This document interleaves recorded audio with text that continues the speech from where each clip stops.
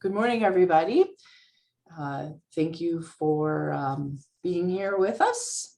My name is Deanne Lautenbach, and I work at the Center for Deaf-Blind Persons. And this week we are having our Deaf-Blind Awareness Week, and this is our second day doing a variety of different webinars. This morning, we are going to be presenting support service provider SSPs, and Lisa Chrissy, who is also from the Center for Deaf-Blind Persons, is going to be presenting for us today. We do have an interpreter as well as captioning, and the live captioning, if you want to use that, I ask that you go to the bottom of your page, and you will see a square that says live transcript. You need to click on that to turn on the closed captioning. And once you have done that, you're going to find a little arrow to the right of that box. You need to click on that and turn subtitles on.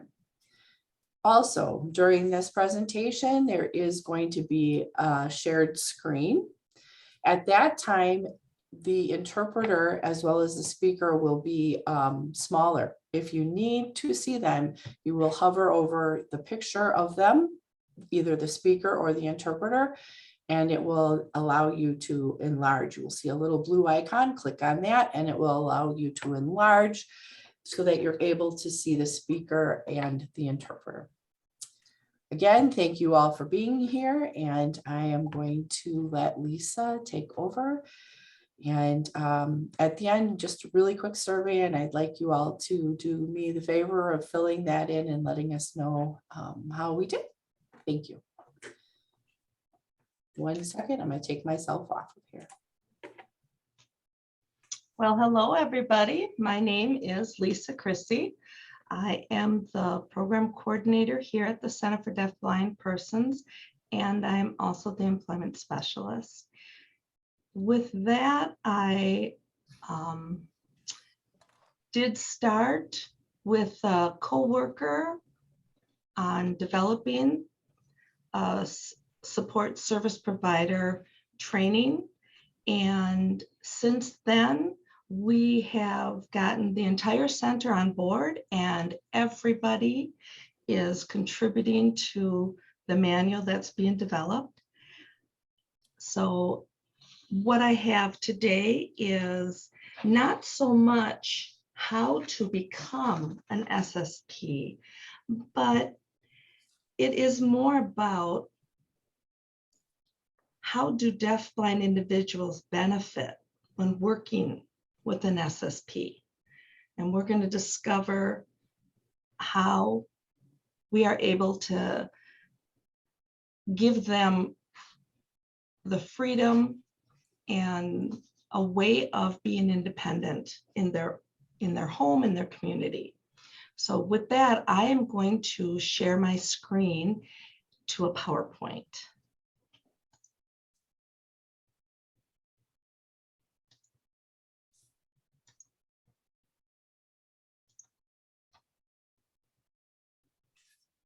All right. And is the PowerPoint up? I don't know if people are seeing that.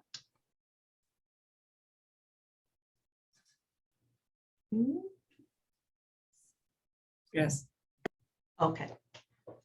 All right. Yes, Lisa. Thank you.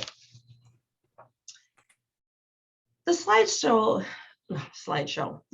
does show our logo here, the Center for Deaf-Blind Persons. We are located in West Allis, but as far as the support service provider, we provide that throughout the state.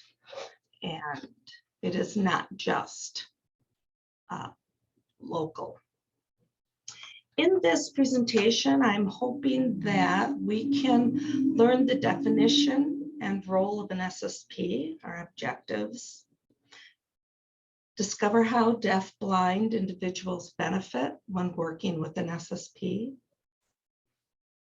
I hope we realize the importance of remaining independent and making your own decision is for someone who has a vision and hearing loss. And I'm hoping that we will acquire an understanding just how much of an impact an SSP can make. We're going to start with the definition. A support service provider, and we call them SSP, is a person who promotes independence in the lives of people who are deafblind by providing access to auditory, environmental, and visual information.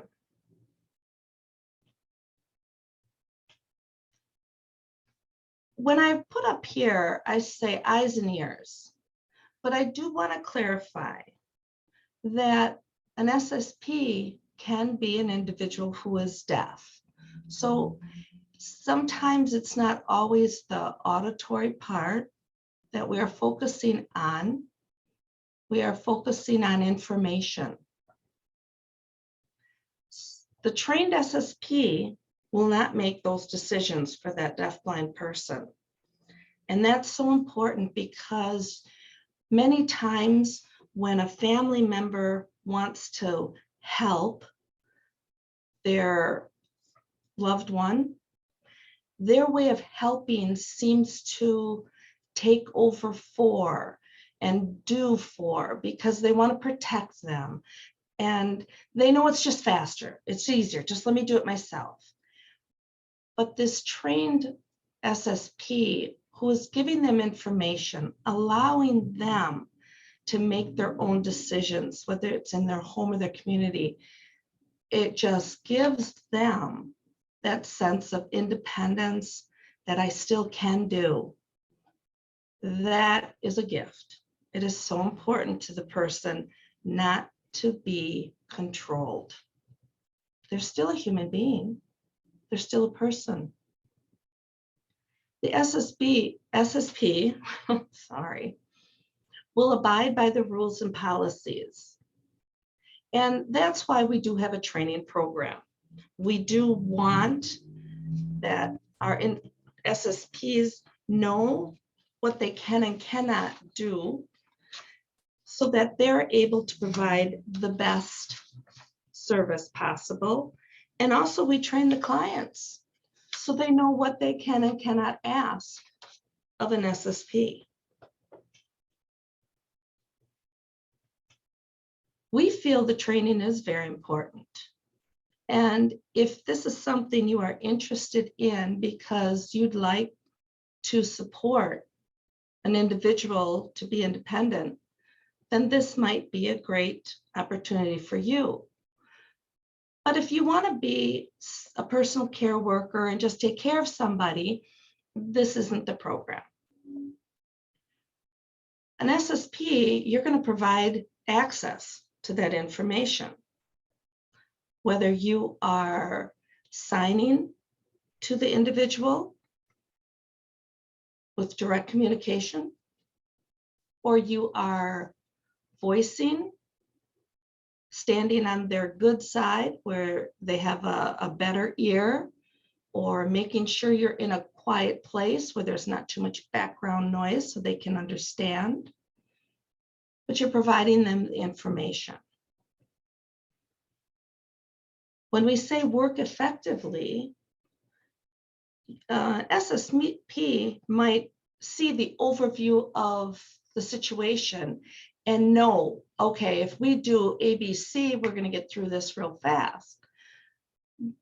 But that's not your decision. We welcome you to have a conversation, and together you can decide. Well, they will decide with some of the information you give them. We're not going to give them our opinion. You know, sometimes when someone says, oh, let's go and have sushi. I want to go to a restaurant that has sushi. And you're like, oh, sushi, really? That's not what it's all about. That's a way of giving your personal bias. So it's just like, You want to go find a restaurant that has sushi? Well, I know of these. Do you know of any? And you figure it out, but it's their decision. We always want to promote independence, even if it's easier for you to put their groceries from the cart onto the conveyor belt. You're not there to help. You are there to give them information so they can prove to themselves, show the world, have a sense of feeling that, yes, I can do this. This is my groceries. I'm in control. I know that I took that half gallon of milk and I put it on the conveyor belt. I know when I picked up that bag, my milk was in that bag and I put it in the top right corner of the cart. So with that, they are getting information because they know what they're doing. It's not always that question, wait, did they put the milk in there? Wait, did I, oh, what? No, they know because they did it themselves. And we do want you to understand it is a unique role. There is a lot of technology out there, wonderful technology that does wonderful things to help individuals that are deafblind, but it doesn't replace the human interaction. And we don't want that sense of isolation where you're alone in your home. So we're looking at the next slide when it says deafblind. Now, the word is written as one word, no hyphen between deaf and blind. There are many ways that you will see the word deafblind written. And this is the method that we chose. And the reason being is it shows one unique disability. When most people hear the term deafblind, they think there's no vision, no hearing, similar to Helen Keller. But we want you to understand just how diverse the group is. There is such a range, different ranges of vision loss and hearing loss.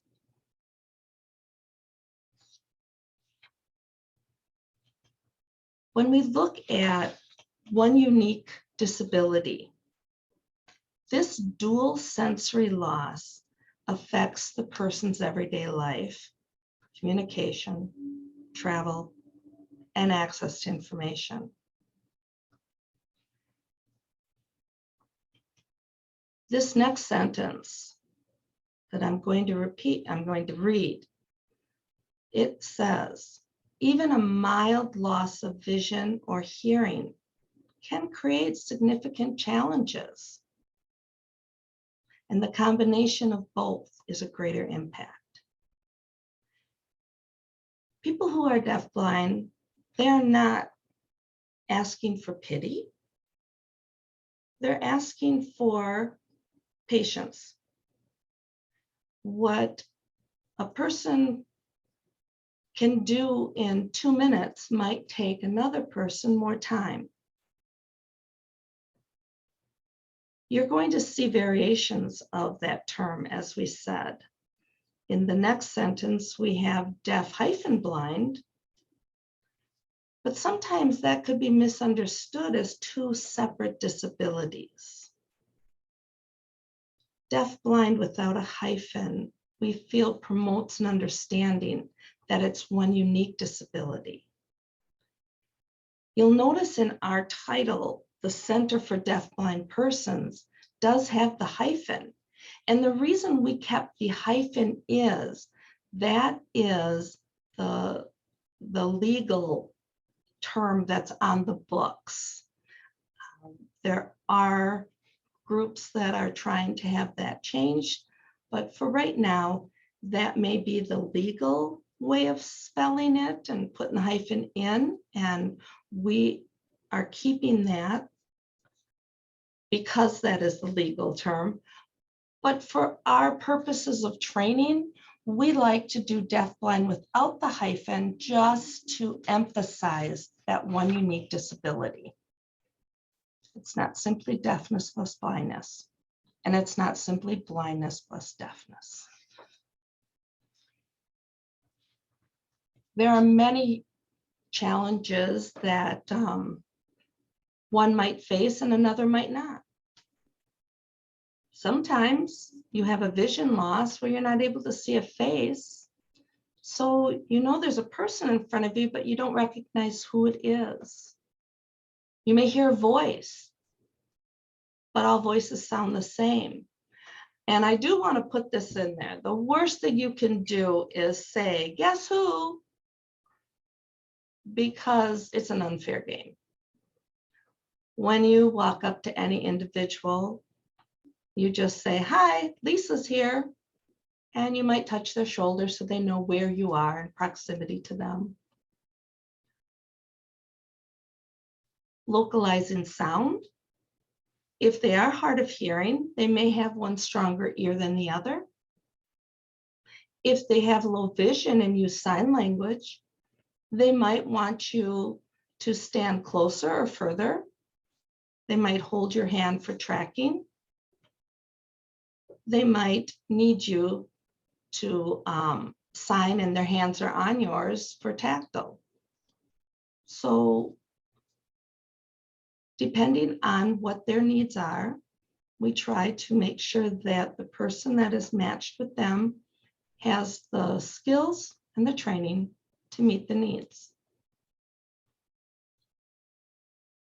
Picking up on emotions and subtext, a lot of times we might, someone who is deafblind might misinterpret a tone or voice, or if they hear laughing, they might think they're laughing at them. And so an SSP, by giving them information, oh, there's a group of people, they're laughing because the little one is dancing and just shaking their hips.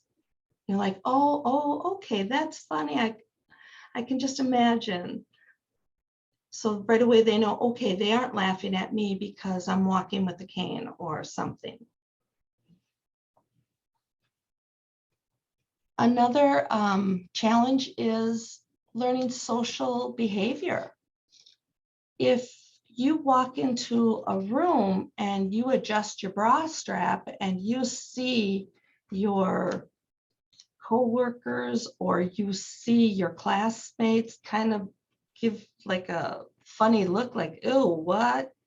All of a sudden you're like thinking to yourself, okay, that might not be acceptable. But for a person who's not able to see that, how do they know? They'll just keep adjusting their bra strap in front of anybody.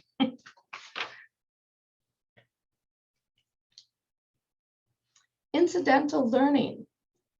Many times I'm standing in a line at a grocery store and I hear someone's conversation, and I found out that there was a 50% off sale at, say, this place.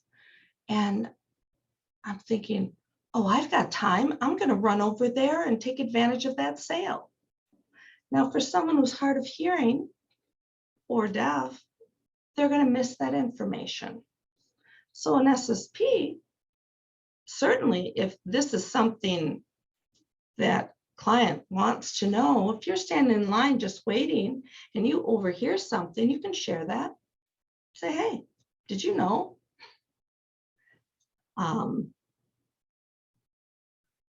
don't know if you've ever heard this, and I've often heard it. When somebody talks and their voice is different, it almost sounds like they aren't enunciating their words, or they sound like all the sounds aren't coming out. They're mispronouncing words and they're putting it in the wrong word order. And when you listen to them talk, right away you think, oh, okay, this person might have some cognitive issues, might be a little slow, maybe they don't understand. So let me just explain to them very carefully. And that's not true. Sometimes an individual whose first language is different than English, whether it's ASL, Spanish, French, whatever, when they're using a second language, they may not use it as eloquently as a native English user. So we have to get past that. It might not be anything to do with their intelligence.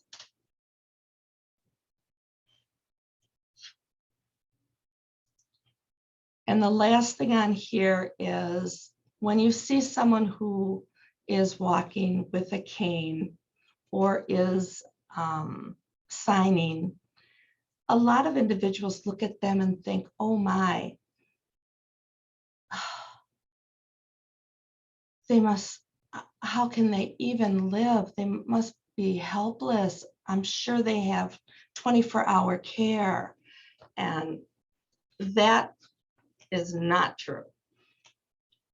I like this slide because it has many different pictures showing how different individuals, different faces, different body types, different nationalities, varying degrees of vision loss and hearing loss. But in every one of these pictures, there's a smile. We have a picture of a gentleman talking with a lady who is at a restaurant, an event at a restaurant.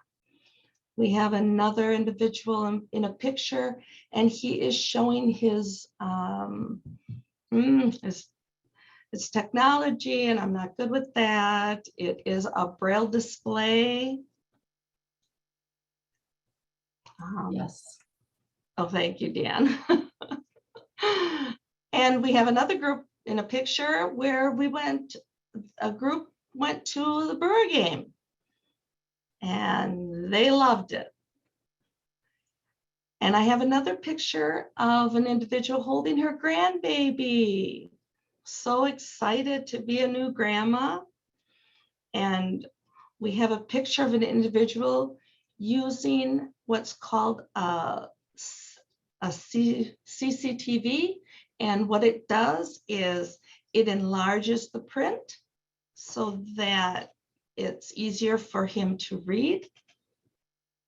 We have a picture of a gal who is sitting on the kind of like a bench or dock over at the lake when she went to a summer camp. She's wearing a life jacket, but she still has her cane for maneuvering on the beach.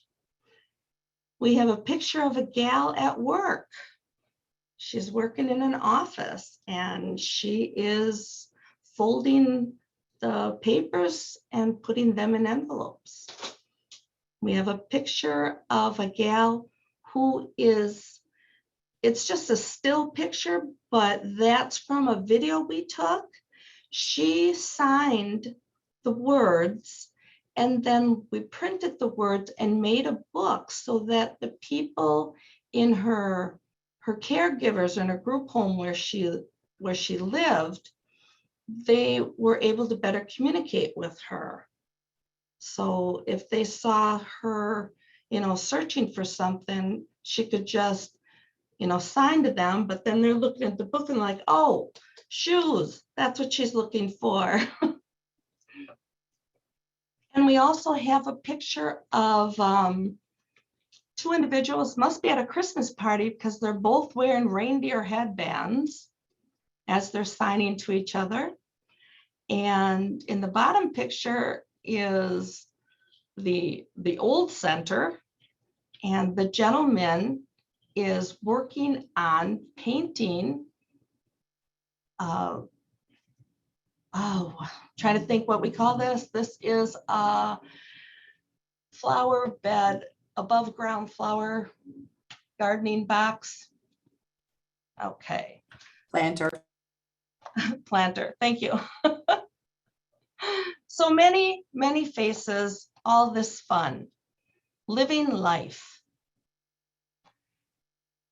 Real quickly, an SSP will provide the visual, auditory, and environmental information through direct communication. We are not interpreters. We don't replace other professions. The SSP will provide information. This information allows that client to direct the activities. It's their choice. And it says to be safe. Make decisions in their home and in their community. When we look at that word to be safe, we do want to protect the person we're working with, but we give them the information. They choose to do what they want with it. So if they choose to go into a dangerous situation where they could get hurt, I'm not saying if they choose to walk out in front of a moving car, no, we're gonna step in and grab them as we would any individual on the planet. But if we're not going to prevent them, an individual who makes the choice to walk into the ocean when we told them that the waves are super high, most people are only going in to their ankles because when the waves come in, it splashes up as high as their waist. And this individual says, I'll be fine, and keeps going all the way up to their waist until the water knocks them over. If they get up, fine. If not, we might be prepared to jump in and, make sure they don't drown. But I'm just saying, we're not going to say, nope, you can't. It's their choice. Utilize the human guide technique per their preference. And I want to, when we get into that, I really want to emphasize there's a new way of providing what we've called SSP services. And there are different terminologies. Other people might say a co-navigator. Other people use different methods for guiding. So we're going to keep an open mind. Now, services, an SSP can go with and assist with any recreational type activity, shopping, exercise, shows. You can go with if they need a haircut, they have some banking needs, post office appointment, different appointments, even to doctor appointments if they choose to have you go with them and give them information so they get from the door to the office to the front desk where they check in to know where they are supposed to sit in the lobby. And in case they didn't hear their name being called, you can repeat it. So different things like that. They may or may not want you to go in with them because that's their preference. In their home, you might be reading their mail, helping, I shouldn't say helping. When I say paying their bills, you might read the phone bill is for $27.58. And they'll say, yes, I want to pay the full amount. And then they'll hand you the checkbook and they say, what is the check number? And you tell them the check number. They may have a brailer and they might braille that out on a card saying check number 605, phone bill $27.50 on this date. And they know that that was sent out, and they'll ask you, please fill out the check for me, and you can write that down. And then when it comes to the signature, you say you sign here. They might have a stamp to sign, or they might sign it themselves. Or they could have it set up where they pay all their bills online, and they have a screen reader, so they don't need help with paying bills. They don't need any assistance. Scheduling appointments, it depends on what their needs are. Not everyone needs that. Some people have it already set up where they're able to take care of that. They have their systems, but an SSP can support them in those activities. And even for traveling, if somebody wants to go on a train cross country, an SSP can go with them on an airplane, on a bus. The only thing the SSP cannot do is be a driver. We don't replace other professions. If you want to be a driver and you are an Uber driver, then you can be an Uber driver, but you can't be an SSP and an Uber driver at the same time. We do not replace personal care workers, handymen, maintenance personnel. I'm sorry, I didn't know how else to say that. It shouldn't be men. Handy persons, fixer-uppers, people that do maintenance on a home or on a vehicle, anything like that. Nurses, nursing assistants, teachers, instructors, interpreters. We do not replace interpreters. Drivers. So those are some of the things we cannot do, because a person can hire somebody who does provide those services. SSPs provide a different service. Now let's get into the why. And what I did with this belonging and this impact, I have received emails from different individuals, and these are their words. I pulled from emails and accounts that they said. I pulled them and I put them in this PowerPoint. Love of learning, a chance to get out, awakened a hidden part, not being a bother, no pity, to be myself again, a feeling of independence, included in society. So important. These are things we may take for granted. We don't understand the loss that someone might feel because they don't want to be a bother.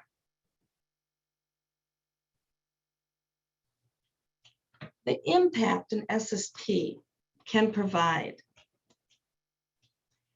I did have an email that was saying how I was so excited. I learned new things. I was provided information.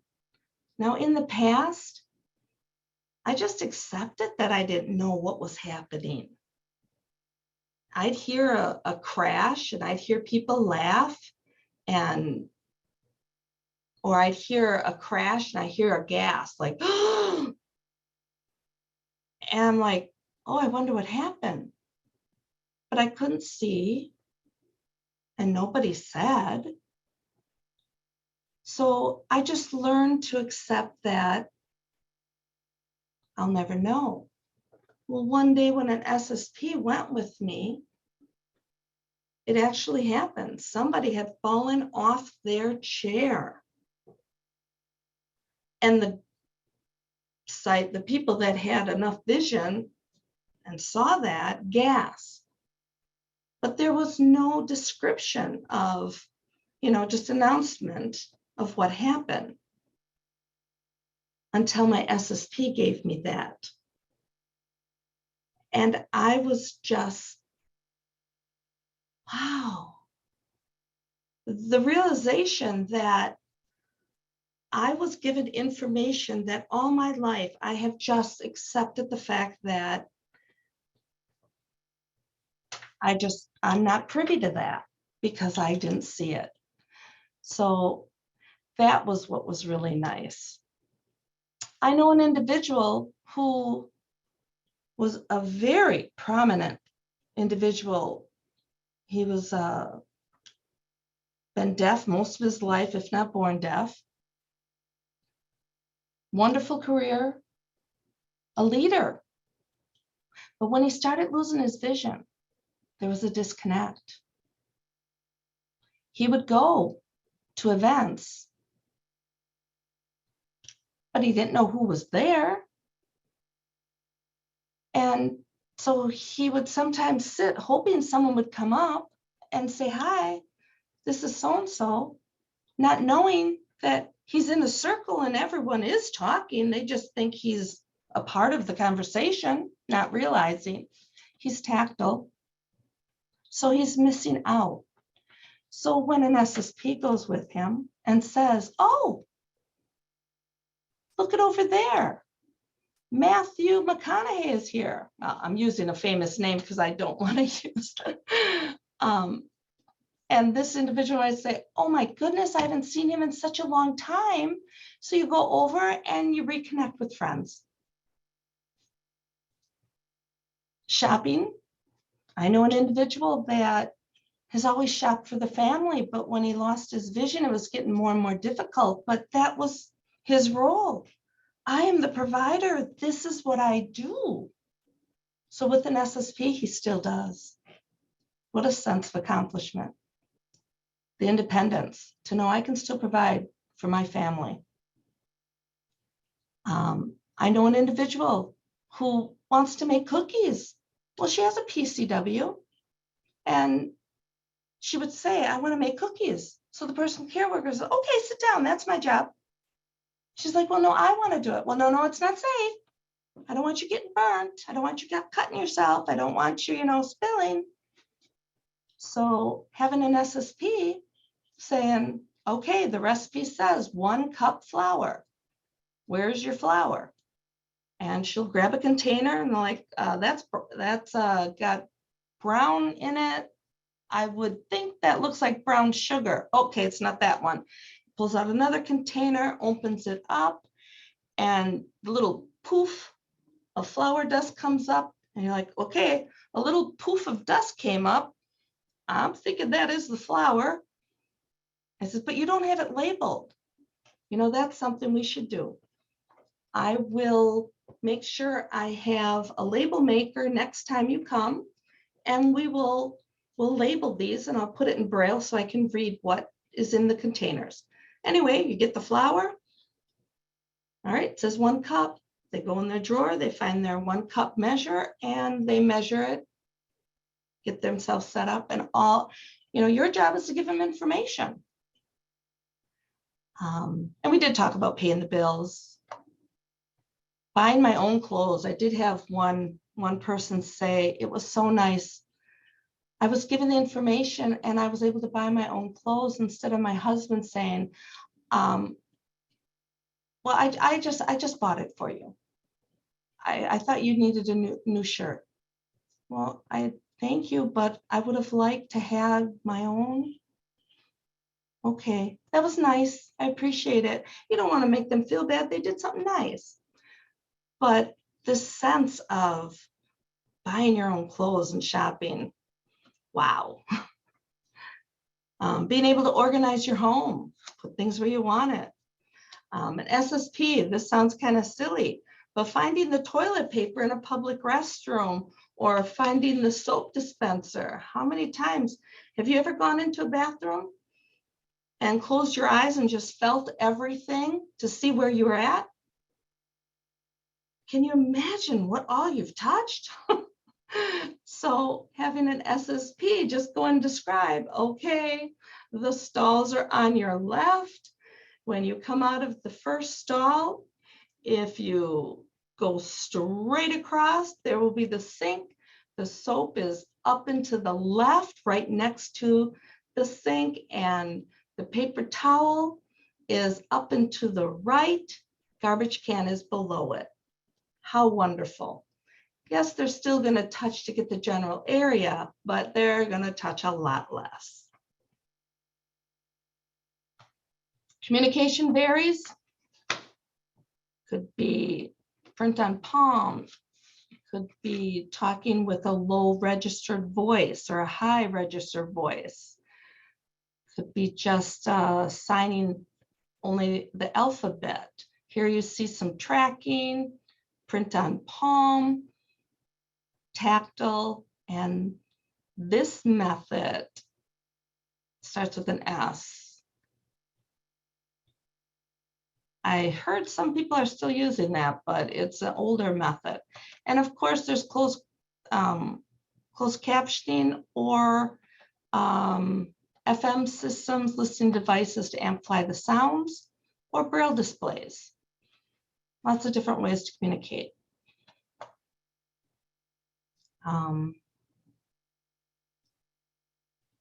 People who are deafblind are individuals. They use many different ways to communicate, whether it's pro-tactile or haptics, tactile ASL, print on palm, ASL, verbal voicing with ASL, sometimes SimCom,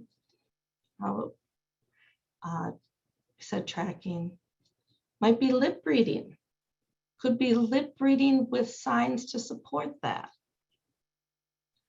Electronic devices, whether it's the refreshable braille or iOS devices, paper and pen,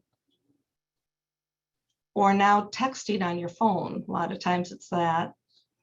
I know an individual who likes it when I send a text because his phone will read it to him. And he can keep playing it back again and again and turn up the volume until it's clear. There's different preferences. That's why an SSP finds out what they want. If they want as little information as possible because I just want to get my errands done, that's their preference. If they just want to soak it all in and know everything that you see and hear and just be immersed in the atmosphere, you provide more information. Human guide. We're moving on. Sorry, I'm looking at the time. I'm talking way too much. Human guide. Traditionally, it is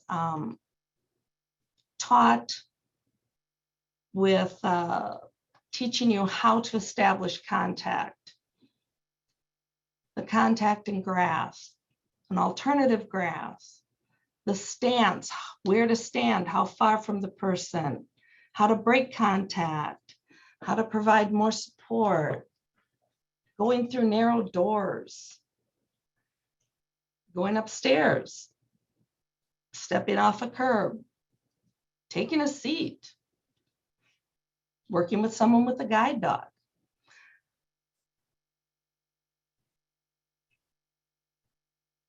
This picture talks about the do's and the don'ts.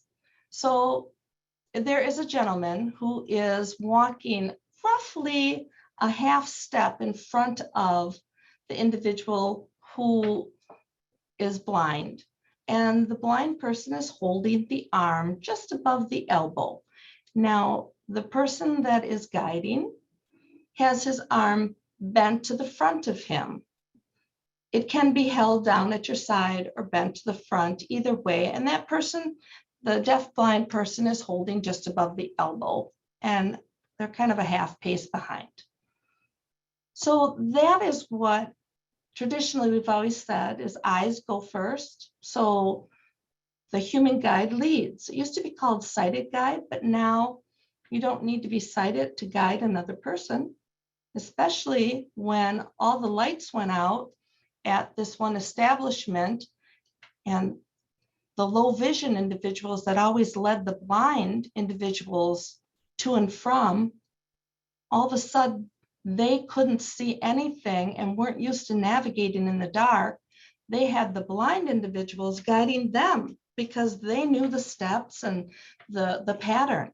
So that was a very humbling experience for everybody. The don't is don't drag them. They're not your child. Don't grab their hand and pull them all over the place. And don't push them from behind. The difference between this and some of the methods, the new methods of guiding a person, is there are individuals that want to enter the room first. They don't want to enter second because you enter second, you look like you're taken care of. So they want to enter first. So there's another method of giving information on their back, their arms, somewhere on their person that tells them the direction to walk, if there's a step, if there's a curve, if there's a turn. So information is given and they do enter first. So even though this says do up here where you're always one step ahead, there are now methods that if you are trained well in, and that's what the person wants, and they can train you as well.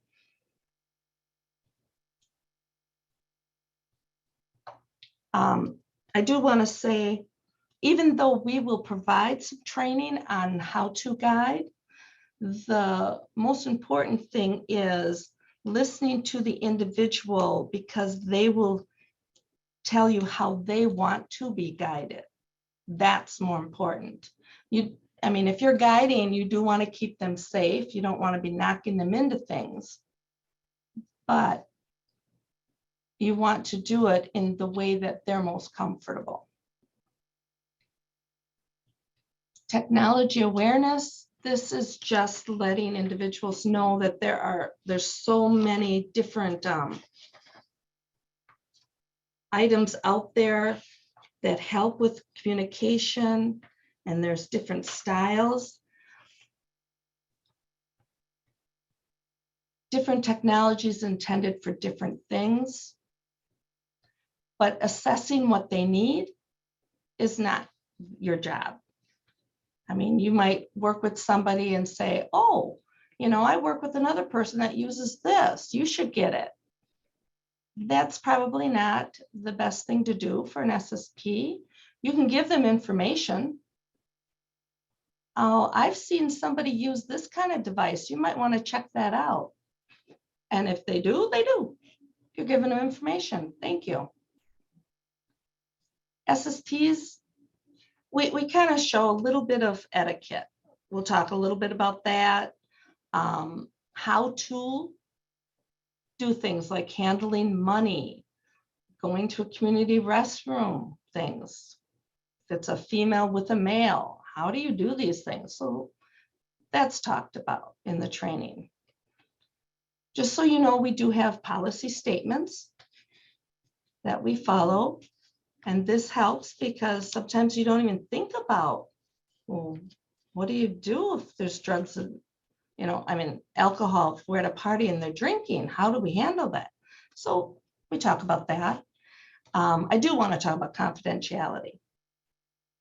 Very important.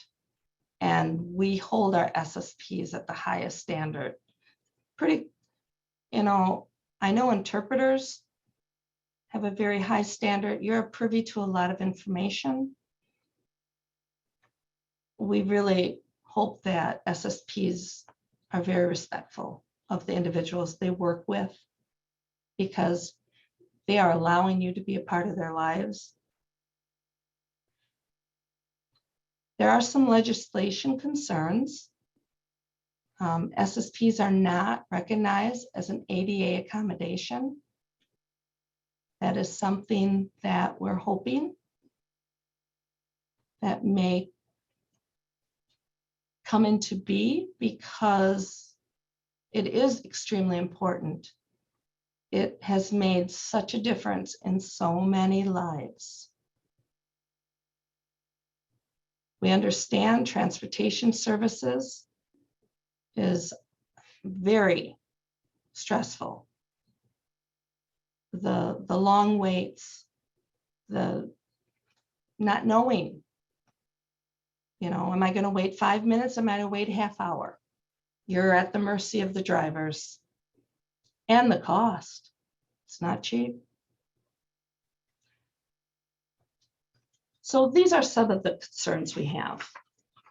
I only included this emergency X procedure because in the case of emergency, there's a procedure that we use that's in the training.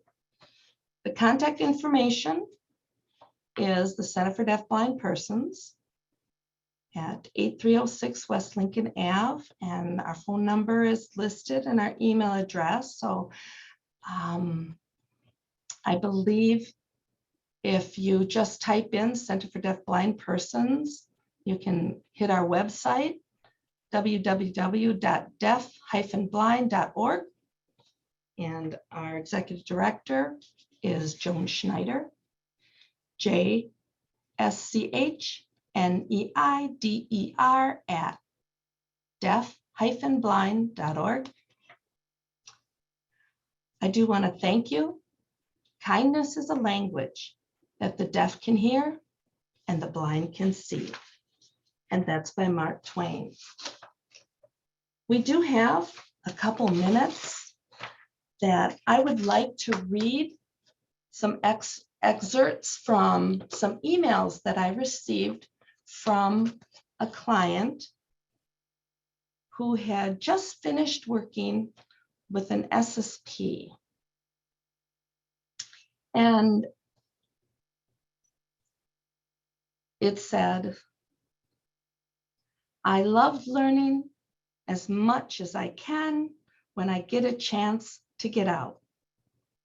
Matter of fact, I challenged my SSP by asking her if there was a floor plan I could get a copy of. You never think of that. You go into a building and you see the exits, you know a way out. Someone who isn't able to see as well, how are they going to know where the exits are? I was so excited to know that I am able to sit and enjoy listening to magazines in the wintertime by a cozy fireplace. Being able to do that like everyone else with a little help from an SSP and a good set of earplugs.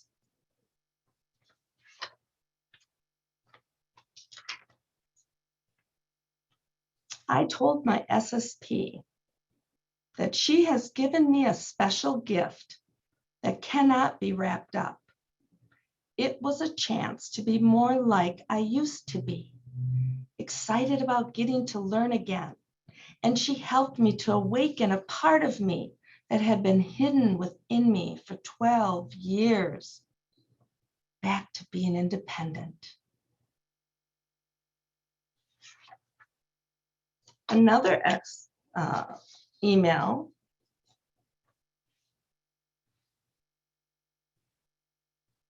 All this research to prepare to look like an average person and not having to ask so many questions of strangers meant a whole lot to me.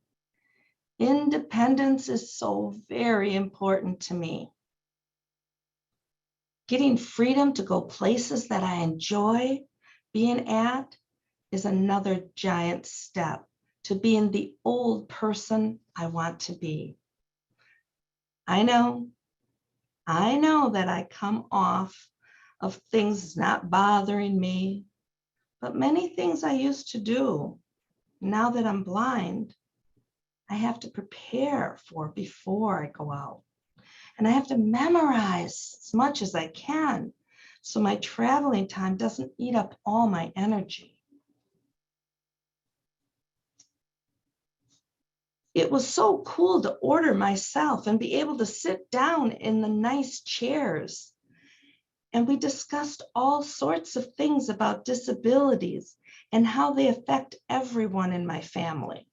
It doesn't just affect that person. I felt very relaxed and open to share.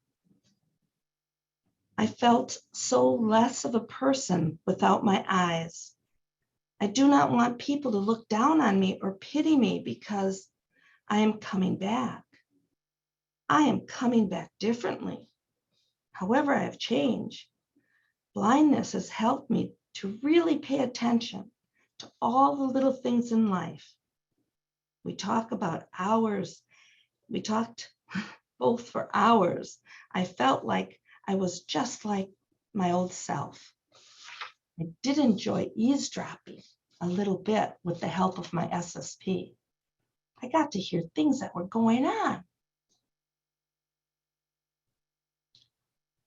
I felt comfortable enough with my SSP to share things that I hadn't told many people. It was refreshing to get things out in the open.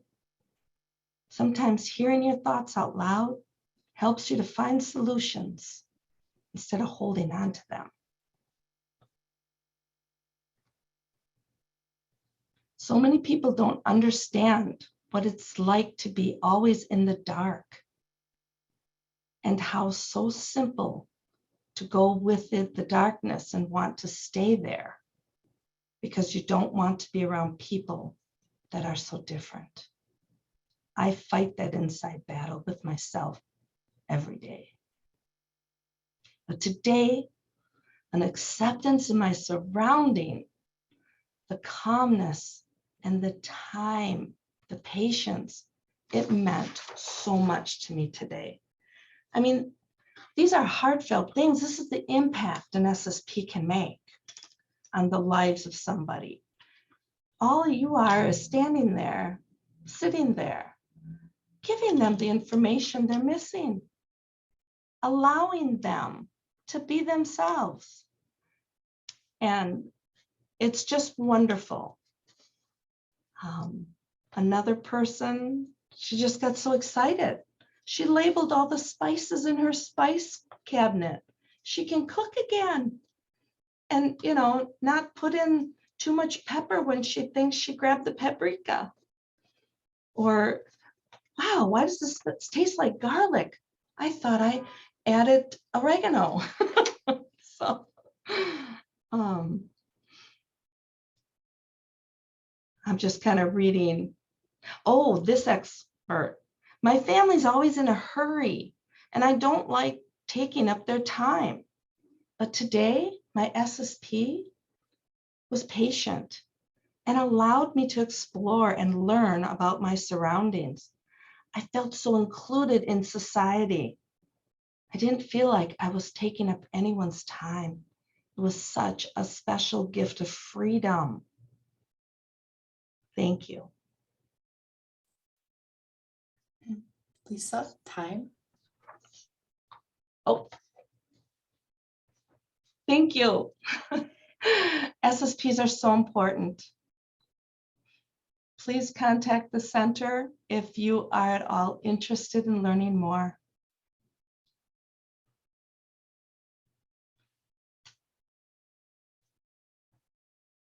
Oh, there are 2 chats.